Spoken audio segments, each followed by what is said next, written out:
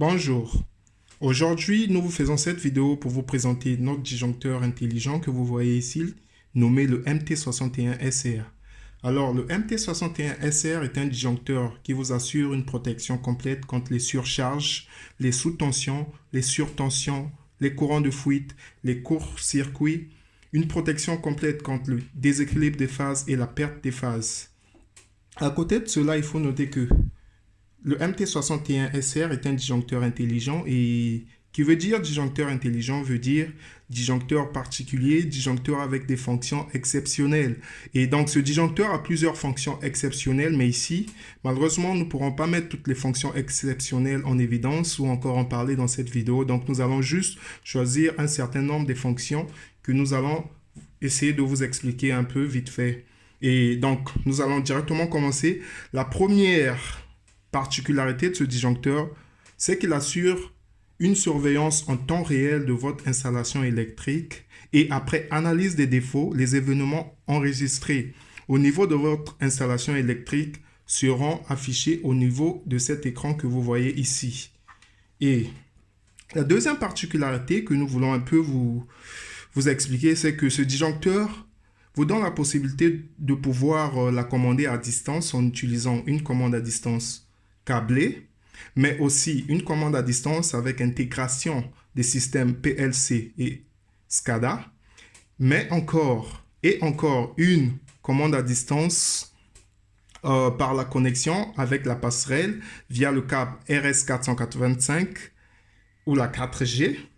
À côté de cela, il faut aussi noter que vous avez cette possibilité avec notre disjoncteur de pouvoir ajuster les valeurs de tension de protection. Je veux dire par là, donc vous pouvez ajuster une valeur de tension maximale et une valeur de tension minimale de telle sorte que lorsque le disjoncteur va détecter une tension d'entrée qui n'est pas dans cet intervalle défini, qui est soit supérieure à la tension maximale que vous avez définie ou encore inférieure à la tension maximale que vous avez définie, le disjoncteur va isoler le circuit automatiquement.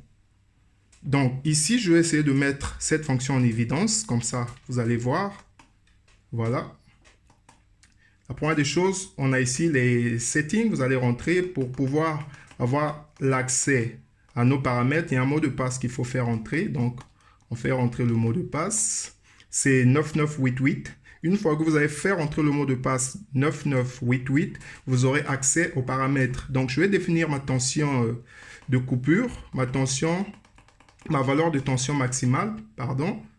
Ma valeur de tension maximale. Donc, je vais définir ma valeur de tension maximale à 275. Ma valeur de tension maximale, je vais la définir à 275. Et voilà. Je vais définir ma valeur de tension minimale à 175. La valeur de tension minimale, 175. Voilà.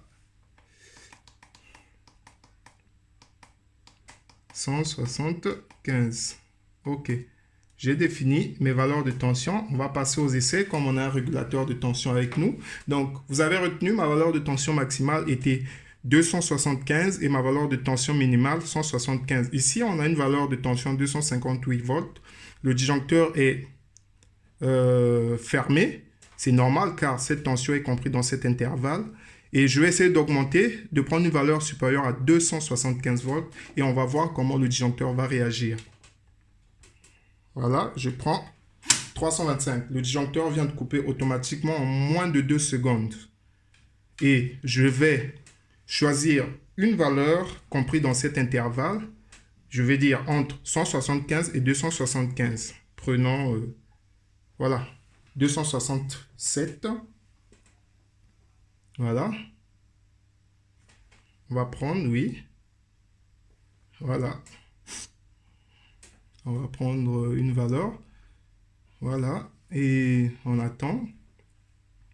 Il y a un décompte sur l'écran. Voilà. Vous avez vu automatiquement, le disjoncteur s'est refermé. Et je vais aussi tester, prendre une valeur inférieure à 175, car c'était la valeur inférieure limite. Je prends 180, non. Je prends voilà, 146. Vous avez vu comment le disjoncteur a réagi, car la valeur est inférieure à 175. Je repars dans mon intervalle. Voilà.